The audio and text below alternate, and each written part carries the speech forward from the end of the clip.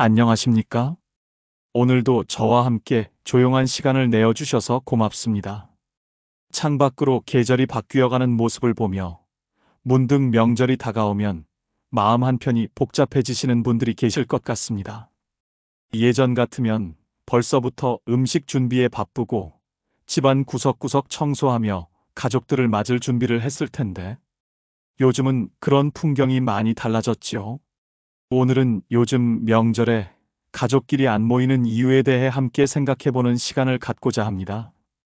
이것은 단순히 누구를 탓하거나 한탄하는 이야기가 아닙니다.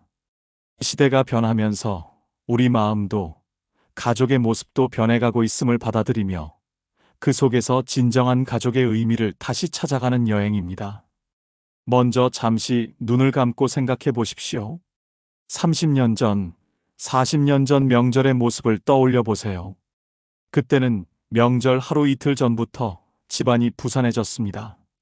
어머니는 새벽부터 일어나 장을 보고 아버지는 집안 정리를 하며 아이들은 설레는 마음으로 친척들을 기다렸지요. 온 가족이 모여 앉아 밥을 먹고 웃음소리가 집안을 가득 채웠습니다. 그런데 지금은 어떻습니까? 자식들은 너무 멀어서, 일이 바빠서, 아이들 학원 때문에라며 오지 않습니다. 손자, 손녀들은 스마트폰만 들여다보고 예전처럼 어른들과 이야기 나누지도 않습니다. 심지어 명절 당일에도 각자 집에서 지내는 경우가 많아졌지요. 이런 변화를 보며 마음이 아프신 분들이 많을 것입니다. 가족이라는 게 이런 건가 싶어 허탈하기도 하고 내가 뭔가 잘못했나 자책하기도 하실 겁니다. 하지만 잠깐 이 현상을 조금 다른 관점에서 바라보면 어떨까요? 사실 이런 변화에는 여러 가지 깊은 이유들이 있습니다. 단순히 자식들이 불효해서가 아니라 우리 사회 전체가 크게 바뀌면서 생긴 자연스러운 현상일 수도 있습니다. 첫째, 물리적 거리가 멀어졌습니다. 예전에는 대부분 한 동네, 한 지역에서 살았지만 이제는 전국 곳곳으로 심지어 해외로까지 흩어져 삽니다. 서울에서 부산까지, 부산에서 인천까지 명절 때마다 긴 여행을 해야 합니다. 둘째, 경제적 부담이 커졌습니다. 명절 비용이 만만치 않습니다. 교통비, 용돈, 선물비, 젊은 세대에게는 상당한 부담입니다. 특히 요즘 경기가 어려운 상황에서는 더욱 그렇지요. 셋째, 가족 구조 자체가 변했습니다. 핵가족화가 진행되면서 대가족 문화에 익숙하지 않은 세대가 늘어났습니다. 시댁, 친정 모두 챙겨야 하는 며느리들의 부담도 크고요. 하지만 물리적인 이유들보다 더 깊은 곳에는 마음의 변화가 있습니다. 이것이 바로 우리가 정말 들여다봐야 할 부분입니다. 젊은 세대에게 명절이 더 이상 기다려지는 날이 아니게 되었습니다. 왜 그럴까요? 어떤 자식들은 이렇게 말합니다. 집에 가면 항상 같은 이야기만 하세요. 언제 결혼할 거냐? 돈은 얼마나 버냐? 왜 아직 아이가 없냐? 또 어떤 자식들은 이런 말을 합니다.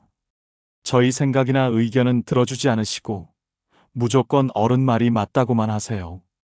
이런 이야기를 들으면 처음에는 화가 날 수도 있습니다. 우리가 걱정해서 하는 말인데 부모 마음도 모르고.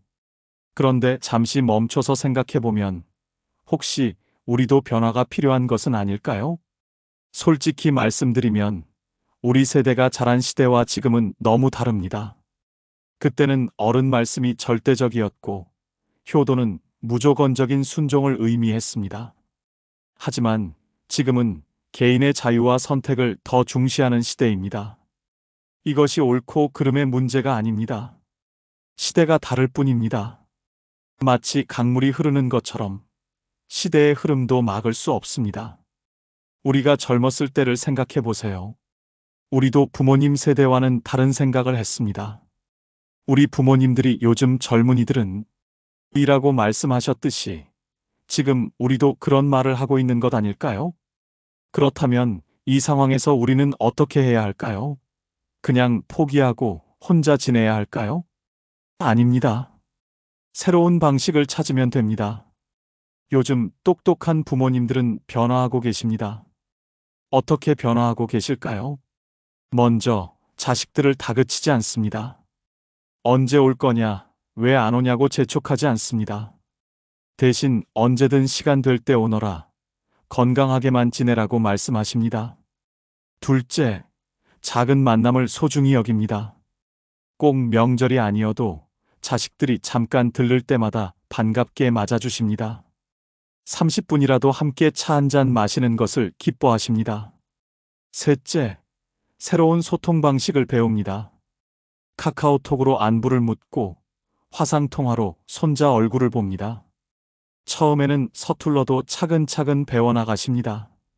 제가 아는 한 어머니는 이렇게 말씀하셨습니다. 처음에는 서운했어요. 명절에 아들이 안 오니까. 그런데 어느 날 생각해보니 아들이 평소에도 자주 전화하고 가끔 반찬도 가져다 주고 나름대로 챙겨주고 있더라고요. 굳이 명절에만 와야 효도인가 싶어서 마음을 바꿨어요. 또 다른 아버지는 이렇게 하셨습니다. 아들 며느리가 멀리 있으니까 내가 찾아가기로 했어요. 손자도 보고 젊은 부부 사정도 이해하게 되고 오히려 더 좋더라고요. 이쯤에서 우리는 근본적인 질문을 해봐야 합니다. 가족이란 무엇일까요? 명절에 한자리에 모이는 것이 가족의 전부일까요?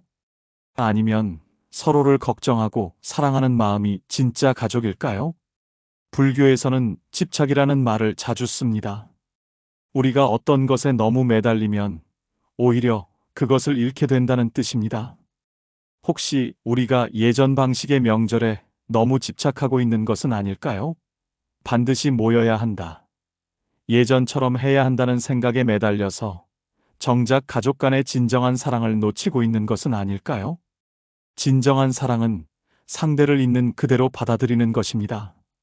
내 기대에 맞추라고 강요하는 것이 아니라 상대방의 상황과 마음을 이해하는 것입니다. 자식들이 바빠서 못 온다면, 그래, 내가 열심히 살고 있구나 하고 이해해 주는 것입니다. 손자가 스마트폰만 본다면, 아, 요즘 아이들은 저런 것이 재미있구나 하고 받아들이는 것입니다. 그리고 우리 자신도 변화해야 합니다. 자식들과 대화할 때 지시하거나 훈계하려 하지 말고 진심으로 궁금해하며 물어보세요. 요즘 어떻게 지내니? 힘든 일은 없니? 뭔가 도와줄 일은 없을까? 손자, 손녀들과도 그들의 관심사에 맞춰 대화해 보세요. 게임 이야기든 유튜브 이야기든 일단 들어보세요. 이해하려고 노력해 보세요. 그러면 신기하게도 아이들이 먼저 다가옵니다. 할아버지, 할머니가 내 이야기를 들어주네 하면서 마음을 열기 시작합니다.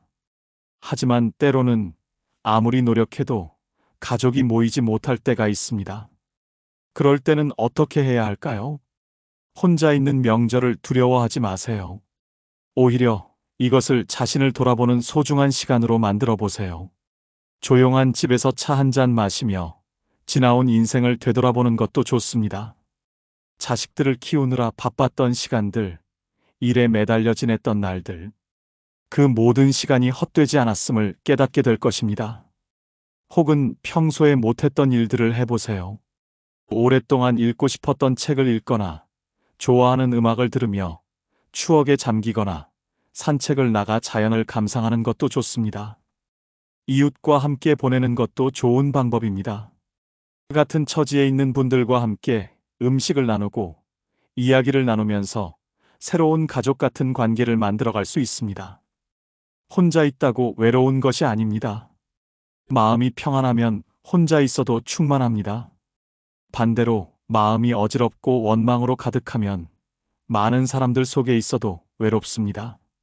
진정한 행복은 외부 조건에 달려 있지 않습니다. 내 마음이 어떤 상태인지에 달려 있습니다. 우리가 겪고 있는 이 변화는 사실 인류 역사상 계속 반복되어 온 일입니다. 우리 부모님 세대도 그 부모님 세대와 다른 방식으로 살았고, 우리도 부모님과 다른 방식으로 살았습니다. 그리고 우리 자식들도 우리와 다른 방식으로 살고 있습니다. 이것이 자연스러운 흐름입니다. 강물이 흐르듯, 시간이 흐르듯 세대도 변화해 갑니다. 중요한 것은 형식이 아니라 본질입니다. 명절에 모이는 형식은 바뀔 수 있지만 가족을 사랑하는 마음은 변하지 않습니다. 우리가 할 일은 변화에 맞서 싸우는 것이 아니라 변화 속에서도 변하지 않는 사랑을 전하는 것입니다. 자식들이 자주 오지 못해도 그들이 건강하고 행복하게 살고 있다면 그것으로 충분합니다.